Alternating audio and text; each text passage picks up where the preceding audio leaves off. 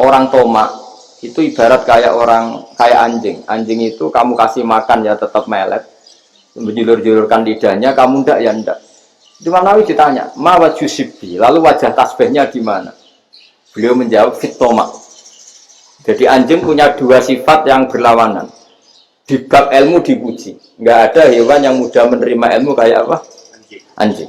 Sehingga Quran mengistilahkan wa ma 'allamtum minal jawarihi mukallibin. Hewan yang mudah diajari itu oleh Quran dibahasakan sudah menganjing. Karena anjing adalah hewan yang paling mudah apa? Diajarin. Itu diakui oleh Quran wa ma 'allamtum minal jawarihi mukallibin. Tapi dia punya sifat yang sangat buruk sekali, yaitu nggak pernah puas.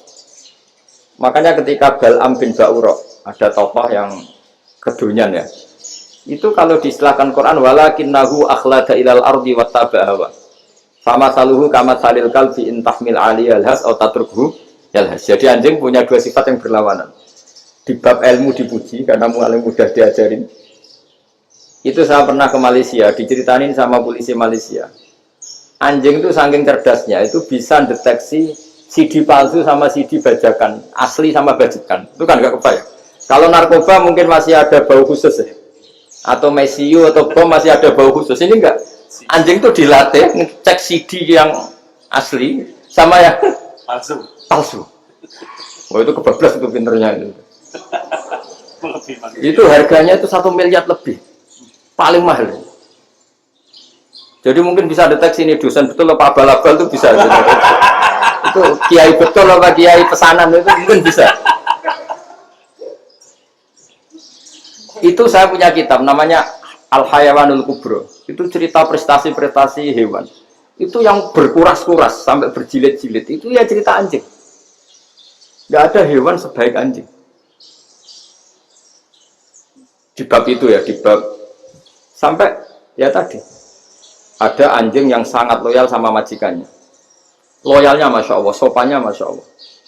Anjing itu nggak lama berbakti sama sampean, nggak mau tidur di ruang tidurnya sampean, dia tetap tidur di luar. Corong Jawa nggak lama. Suatu saat si raja ini minum, wisata minum. Pas mau minum diterjang sama anjingnya sampai tumpah. Oh kecewanya raja ini itu karena selama ini anjingnya sopan sekali. Sekedar ganggu di ruangannya nggak pernah, malah ini mau minum, minuman yang disukai diterjang anjingnya tumpah. Marah kan anjingnya di mana? Ternyata apa? Minuman itu anjing ini tahu kalau minuman itu beracun, diracuni oleh musuhnya. Itu saking hebatnya anjing sampai ketika ngawal rajanya itu tidak sekedar raja penjahat atau maling. Bahkan trik-trik kayak minumannya diracun oleh orang lain itu anjingnya tahu. Jika pas mau diminum diterjang sampai terus supaya nggak keminum. Makanya Quran istilahkan anjing itu apa? Wa ma 'allamtum minal jawarihi mukallibin. Hewan piaraan yang kamu ajarin nanti sampai sepinter anjing. Makanya Ashabul Kahfi itu ketika ngajak anjing tadi, beliau tidur, anjing itu tidurnya bil wasit, wakal buhum basitun zira'aihi bil wasit. Jadi dia tidur dalam posisi siaga. Loh coba anjing itu nggak pernah sekolah, karena dia posisi menjaga tidurnya itu kayak siaga gini. Bukan ngorok semadep ke atas terlentang itu enggak. Andai kan dia tidur terlentang itu kan yang mau mengganggu kan, oh hasune turu itu enggak. Dia tidur posisi siaga, makanya disebut lawit tolak ta'alaihim lawalai taminum firoron. Kalau kamu melihat anjing itu pasti lari karena dia posisi siap merekam. Jadi tidur tapi posisi siap merekam. Jadi matanya tetap terbelalak kayak siaga. Padahal itu enggak diperintah, ya dia memang punya nalar untuk itu. Ini disebut wa ma 'allamtum minal jawarihi mukallibin. Dan dalam teori modern juga gitu. Tapi dalam hukum Islam yang dianut mazhab Syafi'i itu anjing tetap najis. Ya sudah najis ya najis, tapi ada mazhab lain yang mengatakan tidak najis. Tapi tidak usah ngurmat anjing, geger nanti kalau rektor kampus punya anjing. Tapi ilmu itu bagus untuk kelangenan kadang. Andai kan tidak ada mazhab Malik, maka kita kesulitan menceritakan Ashabul Kahfi yang hewan piaraannya itu anjing. Tapi misalnya anjing disucikan, kita juga nanti susah menjelaskan hadis Nabi malaikat itu tidak masuk rumah yang di situ ada apa? Anjing. Maka ilmu itu makanya kata Imam Sa'roni, sebagian ilmu itu memang kelangenan, tapi nggak boleh jadi praktek. Tapi harus ada. Misalnya begini, contoh paling gampang. Api dalam mazhab Syafi'i kan alat pensuci hanya dua, air dan tanah. Ya saya ulang lagi, air dan tanah, yaitu tanah untuk mensucikan najis anjing. Imam Abu Hanifah menambahkan api. Mazhab Syafi'i itu agak kesulitan ketika ada batu bata dibikin dari tanah-tanah yang bercampur kotoran. Mazhab Syafi'i akan kesulitan karena di situ ada najis yang jadi materinya bata. Hukumnya gimana kalau nanti dipakai masjid? Tapi barokahnya ada beberapa mazhab. Abu Hanifah mengatakan dan api. Jadi apa tadi air, tanah, api. Alasannya masuk akal.